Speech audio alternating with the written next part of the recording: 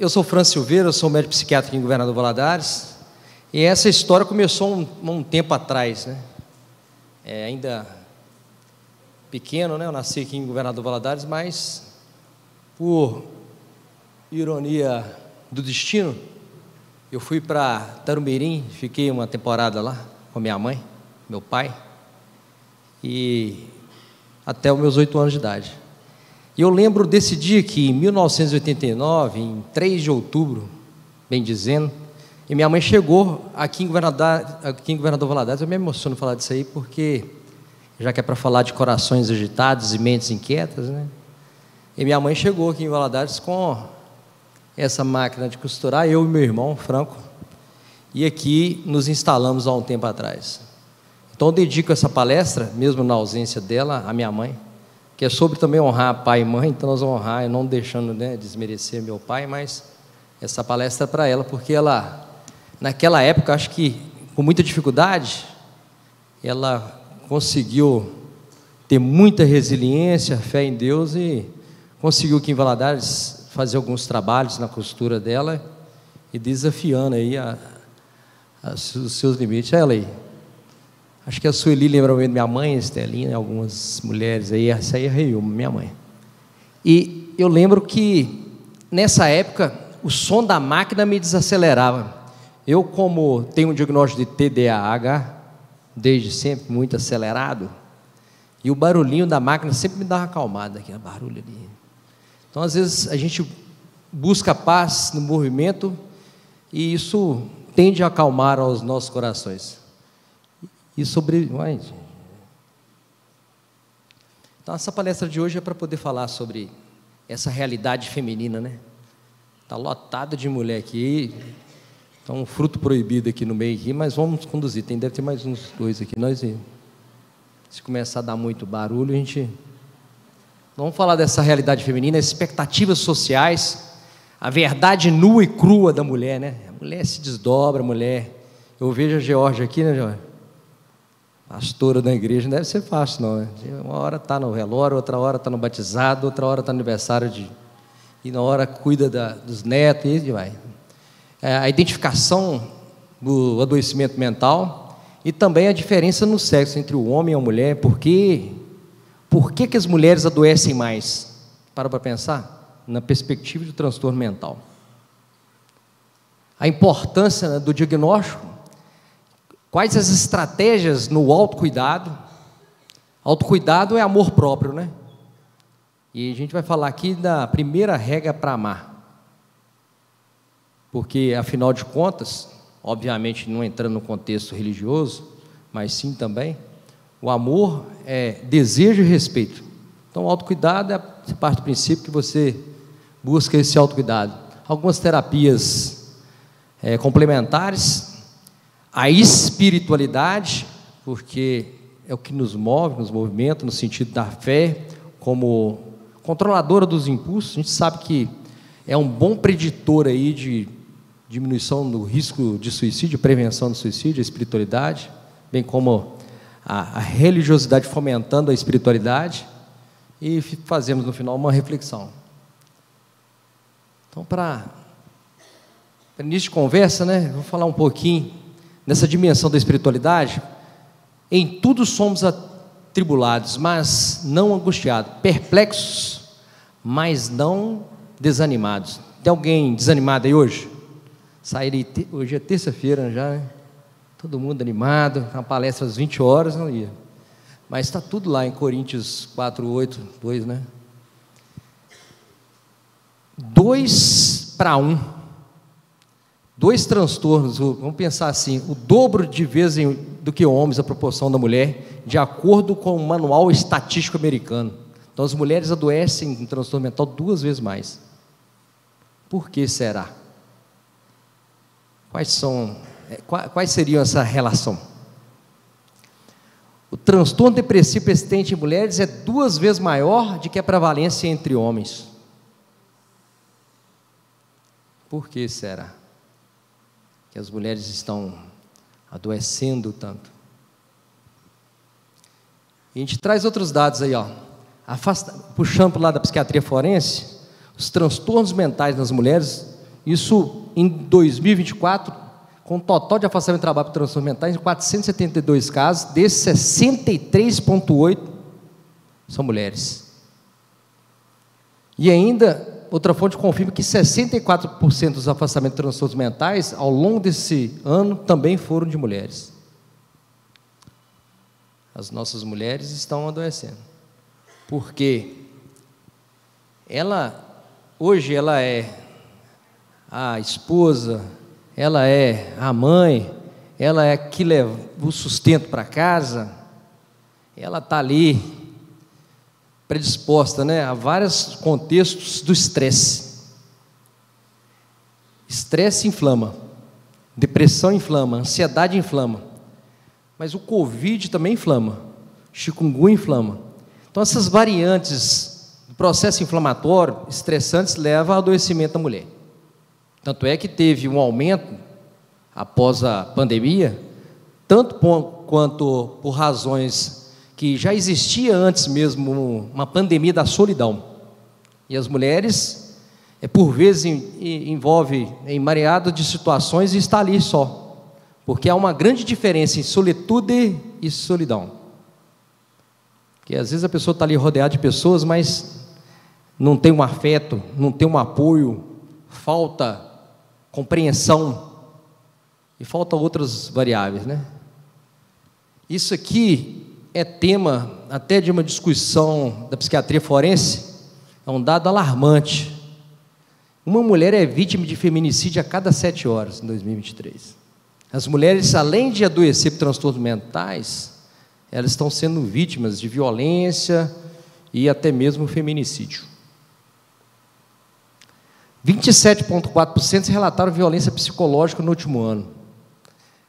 Então, com tudo isso, nós reunimos aqui hoje para buscar nessa paz e, através da religiosidade, da espiritualidade, fomentar proteção. Está lá na Bíblia: vinde a mim todos que estáis cansados e oprimidos, e eu vos aliviarei. Nesse contexto também religioso, a mulher precisa de ser amparada. Por isso que me convidaram aqui. Acho que deve ter esse motivo, né? Se as mulheres precisam de ser acolhidas de tal maneira a gente prevenir o suicídio. Mês que vem nós vamos ter uma campanha linda, uma campanha do Setembro Amarelo. Vocês já ouviram falar? Mas vocês já ouviram falar também que 96% das pessoas que cometeram suicídio relacionam um transtorno mental? E eu estou falando aqui que é 2 para 1. Você entendeu a relação? 2 para 1, transtorno mental. Se elas adoecem mais, se elas estão sendo vítimas de violência de outras naturezas. Então, nós precisamos de acolher essa mulher. E este é o cenário apropriado aqui. Antecedendo o Setembro Amarelo, nós vamos fazer o Agosto Roxo, para já fomentar o Setembro Amarelo e ter um mês mais alegre, né? E fomentar essa possibilidade aí. Tem essas desigualdades, as mulheres estão sobrecarregadas, porque por busca de espaço nessa contemporaneidade, por razões, né, de competições, isso gera o quê? Mulheres ganham menos que os homens nas mesmas funções, embora tenham a mesma qualificação. Apenas 39% ocupam cargos de liderança, 11 horas semanais a mais em tarefas domésticas. Eu acho que o gargalo também está aqui, tá? Porque eu me vejo no lugar da Maiara tem dia, para ficar ali 3 horas com as crianças, que não é brincadeira não. Tem uma tal de Júlia, e tem a Vitória, de 8, mas tem muita energia, né? E a gente precisa de ter toda uma capacidade ali de discernimento, porque senão a gente fere a rocha, né? E a gente não pode agredir as crianças, né? Não pode, mas só que é difícil, né? E ainda mais se desdobrar por horas semanais. Imagine isso aí ao longo do ano. E aí leva na escola, aí tem um problema ali, ensina dever de casa, arruma faz o quê? Porque hoje em dia a gente tem muitas outras dificuldades que extrapola uma demanda só de ser mãe. Não que era diferente antigamente, mas hoje há muitas cobranças, né? Então, depressão, globalmente, a depressão é o transtorno mental mais diagnosticado, porque os critérios, através do DSM-5, são bem claros, né? é a dinamia, falta de energia, anedonia, falta de prazer, iniciativa, alguns sintomas ali cardinais. E outras questões que envolvem a mulher, salientando que a depressão é 2 vezes mais na mulher. E a gente tem um outro fator, principalmente é o que antecipa a menopausa, que a gente chama de climatério, que é outra razão para as mulheres também adoecer. O homem tem a testosterona, que é protetor. Quando o estrogênio ele vai rebaixando, a gente entende que o estrogênio ele é um sinalizador da produção de serotonina. É um fator também que pode evoluir com essa situação. Além disso, durante a gravidez, no período pós-parto, entre 20% e 40% das mulheres de país desenvolvido enfrentam episódios depressivos, que não é uma depressão pós-parto, que é diferente. Existe uma coisa chamada buiprepiral, que, por si só, há um rebaixamento do humor. Que mulheres que têm predisposição a ter depressão, pode evoluir com um quadro depressivo. E ainda, obviamente, nós precisamos de entender que nós temos muito mais de nossos pais do que a gente imagina ter. O DNA também nos define, embora há um entendimento que nós podemos ter outras características de ser uma melhor versão de nossos pais, do ponto de vista epigenético. Ou seja, embora você tenha uma estrutura genética favorável para adoecer, por razão da má herdabilidade, fatores ambientais é capaz de mudar essa condição. Então, talvez é essa a razão que estou aqui. Então, não tem uma condenação, nem tudo é predeterminado. Certo? Dá para a gente buscar esse entendimento e buscar tratamento para ter uma evolução melhor. Outro dado, antes da pandemia em 2019, estima-se que aproximadamente 7 em cada 10 pessoas diagnosticadas de depressão e ansiedade eram mulheres. Então, já existia uma pandemia da solidão. A gente sempre traz esse contexto, por quê? Porque as mulheres às vezes estão cheio de pessoas do seu lado, mas ninguém mais visita a tia, ninguém mais visita a avó, ninguém mais vai na casa da vizinha ver como é que está, cada um por si, né? E Deus por todos, né? Então a mulher acaba ficando sozinha nas tarefas, nas dinâmicas sociais. E isso gera muita frustração, não é? Porque a mulher ela já é condicionada socialmente a casar, ter uma esposa e tal, né? Aquela coisa toda ali, ela cria uma expectativa. Só que a realidade, talvez, ela não é tão linda assim. Não é um conto de fadas, né? Olha que dados. Então, já afeta hoje, de maneira geral, 300 milhões de pessoas com depressão. 2 para 1. Você entendeu a lógica? 2 para 1. Então, o que mais vai no meu consultório é o quê? Mulher. As mulheres buscam mais atendimento, mas não é por si só, por razão também delas adoecerem por transtornos mentais também. Principalmente mulheres na fase que antecede a menopausa, antes ali. Então tem um fator protetor, que é o estrogênio, ele vai...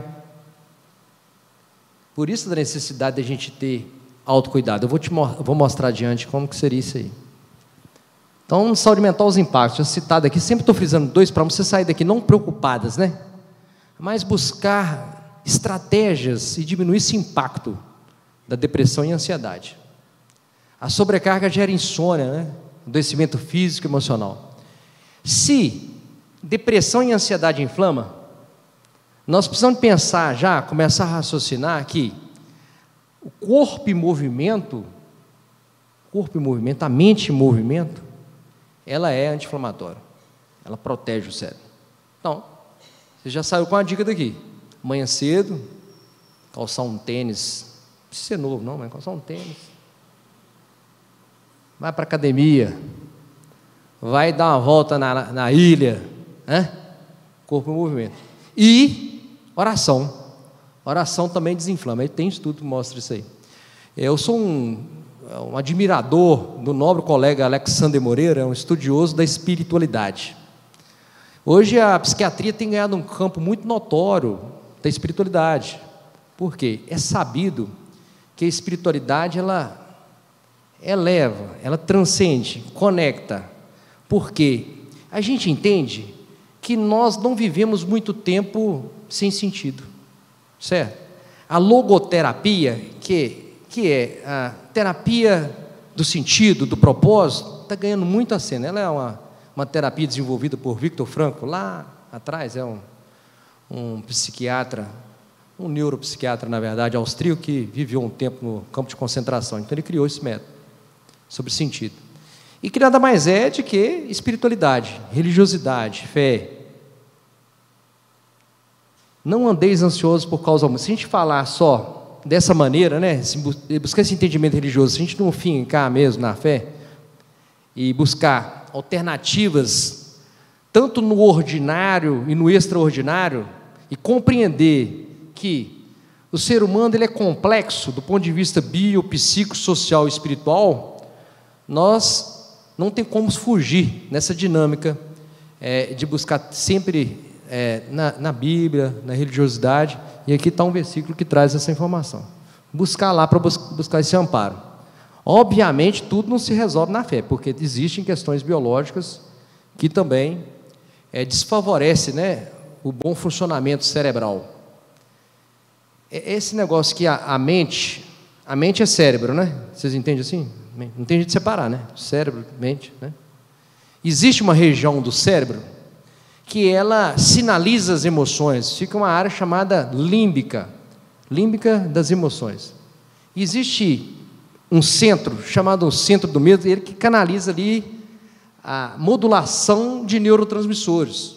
Entre os neurotransmissores, as aminas têm serotonina, dopamina, noradrenalina, alegria, energia.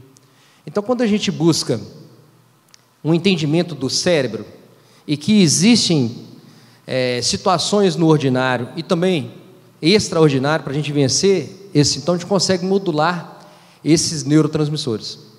Então não tem como a gente separar, porque eu entendo que Jesus foi o maior cientista do mundo. A gente fala assim, mas Jesus é ciência, porque desde todo sempre a gente entende que não tem jeito de separar o corpo e a mente, certo? Não tem como separar, a não ser que os pastores me convençam de outra maneira, porque, de fato, o ser humano ele tem dimensões que extrapolam o entendimento só do psiquiatra, mas também tem uma dimensão que extrapola o entendimento do humano aqui, porque todo mundo aqui, eu tenho certeza, quem tem medo da morte aí? Né? Vocês não têm medo de morrer, não? Eu morro de medo, não tenho medo. Por mais que nós tenhamos o entendimento, que temos o entendimento que a vida continua, de certa maneira, que nós ali, né, iremos para a glória de Deus, nós temos medo de morrer, né? Então existe que todo mundo tem um medinho. E quando o centro do medo dispara, né, é um problema sério, né? Aí começa a ter taquicardia, começa a ter emoções né? Então não é assim, então, né, resolve dessa maneira. Aí outras questões, olha, o Brasil, nós somos o segundo no mundo em transtorno depressivo, perdendo para os Estados Unidos em proporção, mas quase empatado, sabe? E tem uma questão cultural que também emerge do diagnóstico. Talvez nós temos dado mais diagnóstico porque nós ampliamos e nós categorizamos o diagnóstico pelo DSM-5 dos Estados Unidos, é o Manual Estatístico Americano. Então nós temos esse entendimento. Mas Cuba não segue o DSM-5, lá também tem 5.5. Então, e talvez tenha ali, em alguns países, uma baixa notificação disso daí. Mas aqui tem um problema sério.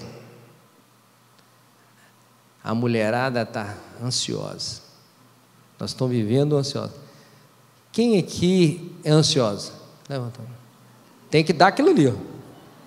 45% das mulheres brasileiras sofrem de ansiedade. Tem que dar aquilo ali. Então, aqui de 100 aqui, 45 sofre. Tem que sofrer, tem que ter um transtorno, entendeu?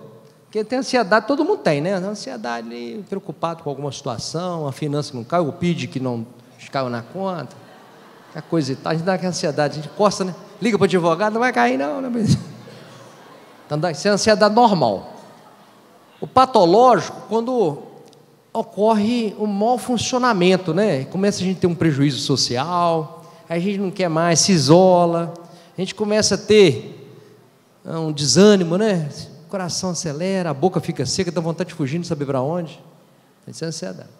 Então, o Brasil é número 1 no mundo, certo? Então, vou falar com vocês assim, no mundo inteiro, se eu contar aqui, 1, 2, 3, 4, 5, 6, 7, 8. 1 a cada 8 no mundo tem um transtorno mental diagnosticado. Imagina bem, o tanto de gente que tem medo de psiquiatra não vai lá também para a gente poder diagnosticar. É uma outra situação. Mas pensando de maneira de entender, então, 1 bilhão de pessoas no mundo tem transtorno mental. Certo? É um problema. Então, um psiquiatra, por mais que forme aí, aqui em Valadares são entre psiquiatras especialistas, né, com registro, e não especialistas em psiquiatria, nós já somos 112 atendendo psiquiatria. Mas então, nós precisamos de orientar a população que não é só o remédio, né? Você entendeu? Não é só o remédio.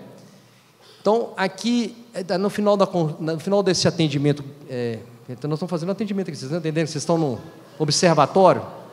Nós vamos ter uma receita no final. Finalzinho vai fazer a receita. Que não é remédio. Você entendeu? Embora, em algumas situações, para melhorar o empenho, é necessário o remédio. Mas Deus age no ordinário e no extraordinário. Vocês concordam? Na fé, na espiritualidade.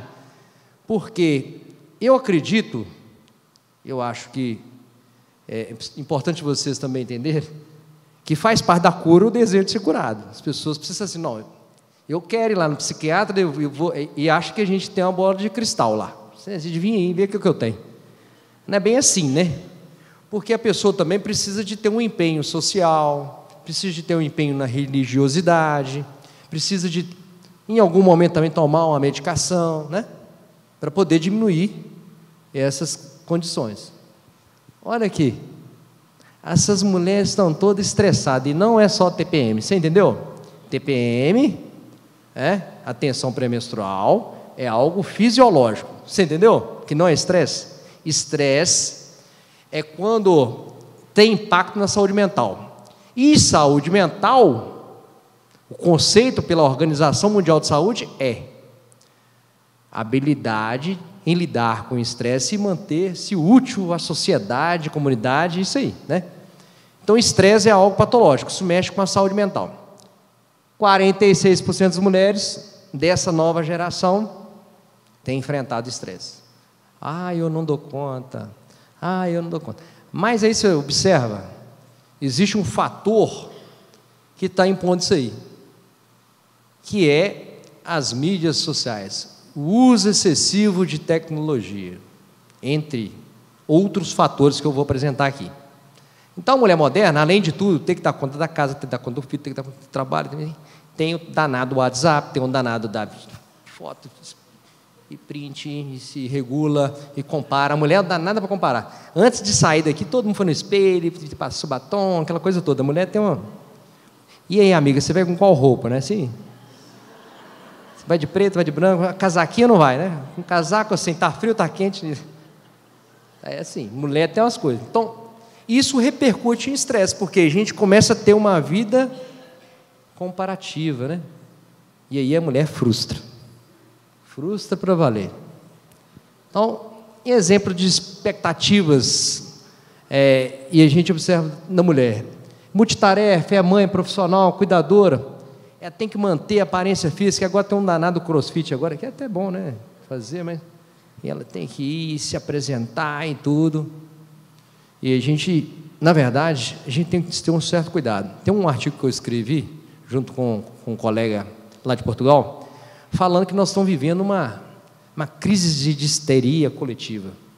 Então, está todo mundo dando muito assunto para muita coisa, às vezes não dão assunto para que realmente importa, né? E a mulher gosta de dar uma fofoca, não generalizando, mas a gente quer informação. Tem um monte de gente aí, não grava essa parte não, mas tem muita gente em sites, não vou falar o site, seu QGV, babado, não sei o que lá, e vai acompanhar, parece que vai a primeira coisa do dia, né? Vamos lá ver o que aconteceu com a Virgínia. A Virgínia separou separou. Agora ela saiu do tigrinho, agora ela entrou para o tigrinho, não é assim? A gente vive para comentar. Isso estressa, porque, além de tudo, é mãe, é profissional, é cuidadora, tem que manter a aparência física e compara. E agora, para completar, tem um danado manjaro. Para completar, olha. Aí ela fala assim: amigo, você emagreceu, hein? Você entrou no manjaro. E aonde você comprou o seu? Eu comprei de 1.800, mas não tem garantia se é original não, né? Tem tudo isso daí, né? E aí, nós vivendo nessas aparências para manter um comportamento social. Não é assim? É um problema sério, né? Vocês gostaram do manjaro, né? Academia ninguém vai. Mas diz que vai abrir agora, aqui em Valadares, uma academia escrita Manjaro. Todo mundo quiser ir. Ela abriga lá de 4 horas ininterrupta de atividade física, e você sai de lá já perdendo 1 quilo já do primeiro dia que vai. Então, todas essas situações aí citadas, né? E além de tudo, isso vai trará consequências psicológicas. Estresse, ansiedade, depressão, a pressão social de atingir ali a perfeição em vários aspectos de vida. Aquela lá, eu acho que era a Júlia, né, a Maiara aí, as bolsas dela, e busca expectativa, e cria menina e joga para lá, né? É uma confusão a vida da mulher, né? Eu acredito que muitos de vocês deixaram as crianças em casa e alguém ficou. Está até sendo um alívio hoje, né? Já está querendo que saia daqui marcada a próxima, né? Para poder dar uma quebrada. Aí pensa lá atrás aí, a mulher já tem, parece que ela tem um chip na cabeça dela, assim, não, você vai casar, vai ter 2 filhos, e sua vida vai ser, e ver o Grinaldo, vai ser um trem bonito. Tá lá, a expectativa. A realidade, o caos instalado. E principalmente na contemporaneidade, onde a busca frenética por soluções rápidas, né? Tem paciente que busca o consultório, toma um remédio um dia, doutor, não fez efeito ainda não. O remédio você toma, trata o gastrointestinal, corrente sanguínea, e Deus é tão perfeito em nos permitir, né, nessa evolução nossa. Ele colocou uma barreira chamada barreira hematocefálica, mas não foi do nada, ele colocou lá para ser um filtro para chegar à substância de gradual. O remédio chegar até atravessar essa barreira hematocefálica, você vai levar pelo menos 15 dias para começar a ter resposta. Mas eu já saí do consultório já melhor. Então não foi o remédio, né? Foi a fé, a convicção. Então, eu tenho várias experiências com pacientes que verdadeiramente a fé que ele coloca no tratamento é o que cura. Porque imagine você tomar uma medicação já descrente que vai fazer efeito? Não vai. Vai ser difícil, né? Então, o primeiro passo para a mulher identificar, né, é um ato de coragem. A psiquiatria, nós vivemos uma época melhor hoje. As pessoas já rompeu esse estigma, né, sobre a psiquiatria, porque falar que ia no psiquiatra era tido como o médico do louco, né? Era coisa do tipo. E a gente entende assim, que as pessoas que buscam ajuda nessa identificação, buscam uma compreensão melhor de si. Por quê? É preciso da gente ir no cardiologista para cuidar do coração, se preciso for, né? Porque todo mundo tem medo de infarto, não tem? Infarto, vai no neurologista quando é enxaqueca. Mas também nós precisamos aqui orientar as pessoas de procurar o profissional da saúde mental, o psicólogo, para falar da circunstância da vida e buscar um direcionamento através de terapias, como terapia cognitivo-comportamental, ou até mesmo psicanálise, aquilo que a pessoa se identifica melhor, bem como também procurar o psiquiatra ou o próprio médico ali de confiança. Então, quando a gente busca essa identificação através de sintomas, a gente busca direcionamento. Por quê? Quanto antes a gente identificar esses sintomas e tratar precocemente, a gente evita a cronificação desses sintomas. Porque eu não falei lá no início que depressão inflama? Imagina um processo crônico de inflamação cerebral. E existem vários estudos mostrando que um quadro depressivo recorrente pode evoluir adiante para o processo demencial, né? Entre as demências, Alzheimer. E como previne isso aí? Além de ômega 3, atividade física, religiosidade, né? Tratar os quadros depressivos e ansiosos. É muito importante, por quê? É o que vocês viram lá no início, que a depressão e a ansiedade têm afastado as mulheres do mercado de trabalho? E tem sido um gargalo aí da Previdência? Então está aqui, ó, identificar o sintoma. As preocupações, mas aquelas preocupações ali que geram ruminações incomuns, né? Pensamentos reentrantes, sensação contínua que ruim vai acontecer, pensamento catastrófico, vai provocando um mau funcionamento, e isso gera preocupações excessivas, tanto com dinheiro, família, né? Saúde, entre outros. O medo extremo de objetos ou situações específicas, entre as fobias específicas, não medo que te prejudica o funcionamento, como não conseguir entrar no elevador, como não conseguir fazer uma viagem que tanto sonhou, né, num voo, por exemplo, ou de trem, ou de ônibus, ou de qualquer maneira. É quando a pessoa se isola a ponto de não ter vida social. E também aquela preocupação de ser humilhado, medo de falar, né, de ser observado, falta de controle dos pensamentos e atitude, pavor após vivenciar algo muito difícil. Isso precisa de ser reportado, e essas identificações podem ali gerar critérios, e a gente preenche critérios, porque na hora que você vai no psiquiatra, ele vai colocar o entendimento do que vocês projetam na fala, e ele vai colocar em escalas. Existem escala de Hamilton, existem escala de Cadra, existem várias escalas para poder a gente ver se isso está leve, se isso precisa só de um atendimento no sentido de ter um psicólogo, ou se precisa realmente de entrar com a medicação. Então existem escalas, a gente não tira de nada da cabeça.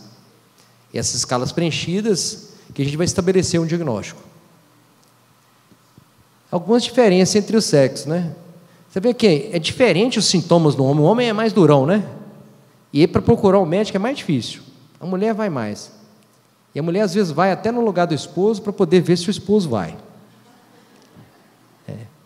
Eu já atendi algumas mulheres passando, mas peraí, eu vou falando por ele, porque aí você passa, eu já levo, né? Alguma coisa para tomar. Quem não vem aqui não, doutor, ele tem medo do psiquiatra, né? Eu tenho medo de dentista, quer um aqui? Eu tenho medo de dentista. Mas já estou tratando já, coloquei até aqui. Porque dessensibilizar é importante, né? Então tem as questões hormonais e o homem tem um fator protetor, embora a gente entende o quê? Que as mulheres tentam mais o suicídio, os homens cometem mais o suicídio. Tem uma questão hormonal por isso. A testosterona ela aumenta a impulsividade. Quando um psiquiatra avalia o risco de suicídio, o exame psicopatológico que chama mais atenção é a impulsividade. Então, pessoas que têm um grau mais impulsivo, a gente precisa estar mais atento. Então, os homens têm os meios que eles buscam para tentar o suicídio são os meios mais letais, arma de fogo, ele já tem um comportamento mais disruptivo. A mulher tenta mais, aí toma um remédio e tem outras formas que elas buscam, né? E entre outros fatores também, a mulher tem uma incidência de estresse relacionada a responsabilidades familiares. O homem jamais por negligência mesmo, ele vai largando mão, vai deixando para lá, e bebe mais, né? Embora a mulher, ela tolera menos o álcool. O homem, ele tem esse comportamento social, né? de beber. Principalmente aqui em nossa região, eu noto muito o consumo de álcool, principalmente dos homens. Aí tem a peladinha de quarta-feira que atrapalha toda a sacanagem, né?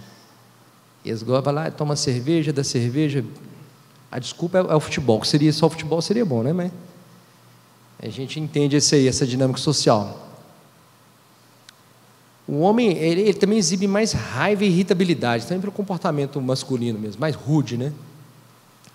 A mulher, as queixas mais de fraqueza, fadiga, de não estar dando conta, a desmotivação, ela é mais anedônica nos sintomas. Um homem é mais irritado e as dificuldades de concentração em si, mais provocadas. Embora que a mulher também pode ter a mulher acaba tendo um comportamento ali do apetite, ele pode ficar tanto sem apetite, como também engordar, ganhar peso e aumentar esse apetite, né?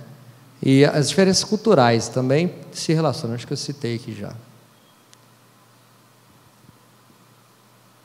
Então, de tudo aqui, a importância de nós identificar alguns sintomas, mas, acima de tudo, buscar precocemente atendimento com um profissional de saúde mental. Porque quanto antes a gente tratar, a gente previne um desfecho, a gente melhora o prognóstico no tratamento. Então, a evolução ela é mais favorável, certo? O problema todo é que vai lá, toma a medicação, 3 meses melhora, aí depois o que acontece? Para com a medicação. Aí o que acontece? Então você já está aí, né?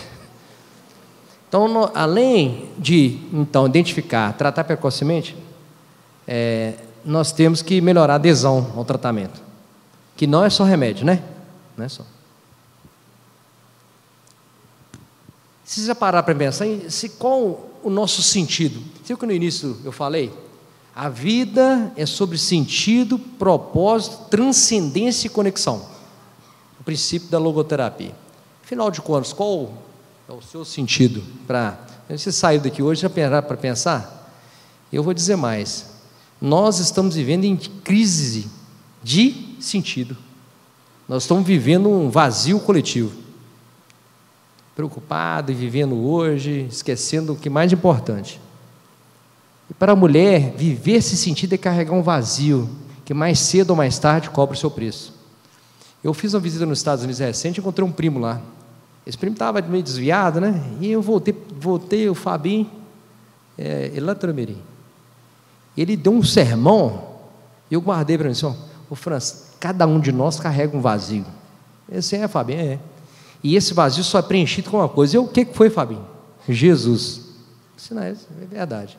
Porque quando a gente busca na nossa dor um sentido e preenchido pela a nossa religiosidade, por busca de Jesus, por Deus, né? A gente consegue ali aliviar essa dor. E, acima de tudo, quando eu enfrento no consultório ali situações mais trágicas, né? Um paciente chega que você não tem nem o que falar, você só escuta, porque a tragédia da vida do sujeito é tão intensa, que você não tem o que falar. E eu vejo que essas pessoas, elas conseguem sair dessa situação mais adversa e ainda melhor. E como que eles fazem isso aí?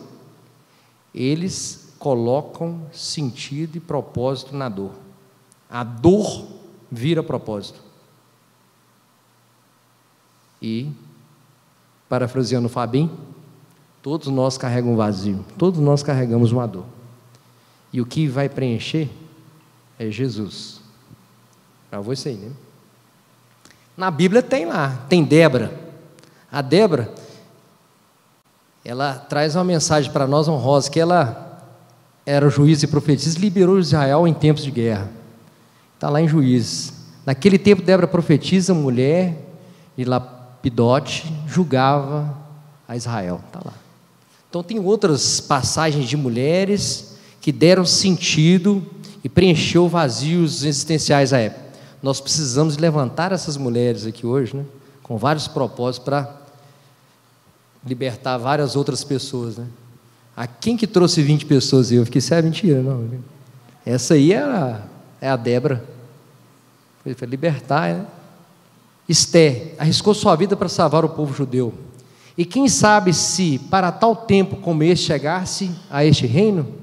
Então tem várias mulheres na Bíblia que encorajam vocês, não a mim, né, porque eu estou falando na versão masculina, mas para que vocês aí tenham espelho, né? Ana orou fervorosamente pedindo um filho, e Deus lhe concedeu Samuel. Então Ana se levantou e orou ao Senhor com amargura da alma. O que fere propósito, busca, né? Outras passagens, então, da mulher virtuosa, modelo de sabedoria, trabalho e temor a Deus. Enganosa é a graça, e vã e a formosura, mas a mulher que teme ao Senhor, essa será louvada. Está lá em Provérbios. Eu fiz um exercício com o José Soares, é um psicólogo que eu admiro, de ler Provérbios, na hora que terminar, ler de novo. Não fazendo isso. Mas é muito aprendizado, né? E ainda traz essas passagens aí. Então, quando a gente busca desacelerar, nós precisamos de entender o ser humano nessa conjuntura biopsicossocial e, acima de tudo, espiritual, para buscar o equilíbrio, de diminuir essa voltagem. O cérebro das pessoas está cada vez mais turbinado, né? Porque agora tem um tal de ChatGPT, que é o capeteiro, né? Tem danado, mas é um movimento, né? A velocidade de informações chegando, se a gente não tiver um discernimento para compreender essas facetas, a gente pode contaminar e trazer vários prejuízos e transtornos mentais advindo disso aí. Então, a prioridade é mudar os hábitos. Não inventa, simplifica. Se a gente quer desacelerar, a gente precisa simplificar. E como que é fácil? Nós precisamos fazer parte da solução, não do problema. Então tá lá, eu preciso de mudar. Então começar o dia já, fazer uma atividade física, oração, né? Então redefinir primeiro as prioridades, né? As coisas que lhe trazem alegria, autoexploração. Eu costumo dizer assim, esse envolvimento seria buscar uma libertação. Mas para tanto, são 3 pilares da inteligência emocional, trazendo para esse componente. Não tem jeito de você buscar salvação tendo autoconhecimento sem antes de você ter um autogerenciamento e um direcionamento espiritual. Em resumo é isso, certo? Não tem jeito da gente buscar salvação, uma libertação ou resolver um problema só com autoconhecimento. Vocês sairão daqui com algum conhecimento sobre si, seus limites e tudo, mas não adianta. A gente precisa de, acima de tudo, ter autodirecionamento, autogerenciamento, para ter mudança de atitude. Não vai ficar aqui, ora, né? Mas tem que ter ação. Algumas estratégias claras, né? Aprender a dizer sim. Está errado ali. Você viu que está errado lá? Ó? Tem que aprender a dizer não ou dizer sim?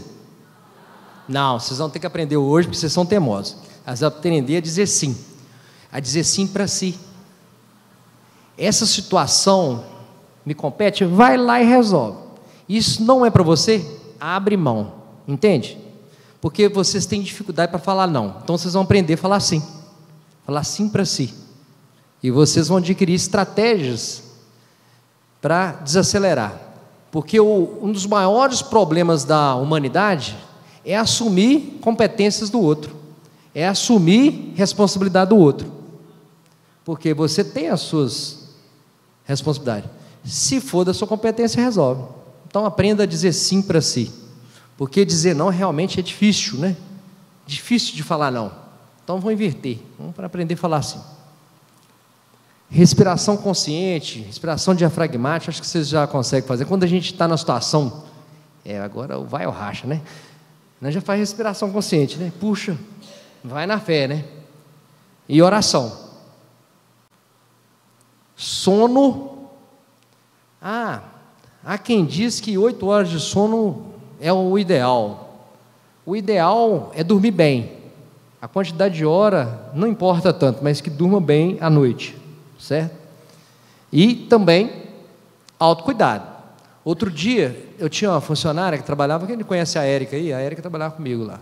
Eu cheguei lá no consultório, não tinha ninguém no consultório. Meu consultório sempre cheio. Cheguei lá, Érica, cadê os pacientes? Doutor, você não tem condição de atender ninguém, não. Você pode fazer sua barba, cortar o seu cabelo. Né? Faz parte, autocuidado. Buscar sempre, né, essa dimensão. Porque autocuidado é amor próprio. A primeira regra para amar alguém, eu primeiro. Está lá nesse versículo, ó, 2 Timóteo 1,7. Deus não nos deu o espírito de covardia, mas poder, amor e moderação. Esse livro eu gosto muito, de Uma Vida com Propósito. Esse livro, ele traz nessa dimensão. Se quiser conhecer as prioridades de uma pessoa, observe como ela utiliza o seu tempo. Aí seja querido, some da igreja, não vai mais, né? Afasta dos princípios, né, da família, começa a entrar na cachaçada, a mulher começa a comer errado, ela deixa de ir no salão para se cuidar, ela começa a ter, né? Aí, vamos ver as prioridades. E esse livro, Desacelere, é o tema da palestra. Desacelere corações agitados, mentes inquietas. Gostei de tanto de ver a Camila aqui hoje. Saudade dela. Vou te dar um abraço. Crescemos nas dificuldades. Essa frase é minha. E eu lembro dessa frase lá com minha mãe na maquininha de costurar, com os sons da máquina. E a costurava era muito, já passava a noite costurando. E nós éramos umas crianças bem exigentes, né? Mas trabalhava desde cedo, agitado. Crescemos nas dificuldades. As dificuldades nos impulsionam, ela pode nos levar a outro patamar. A dificuldade pode significar resiliência, né? Transformar situações adversas, buscar ser a melhor versão de nós. Porque ela, na verdade, é a oportunidade de nós sairmos da estagnação. Dá facilidade para os seus filhos, para vocês verem como é que é. As facilidades nos travam. A gente tem que pôr um grauzinho de dificuldade, né? Não também a gente podia colocar, né? A gente tem que... uma barganha funcional, entende? Tudo no equilíbrio. E é isso. Resumindo essa apresentação, que tenhamos fé, que tenhamos, acima de tudo, coragem, transformar situações adversas em situações melhores, né? E, acima de tudo, entrega total a sua vida a Deus. Muito obrigado a vocês.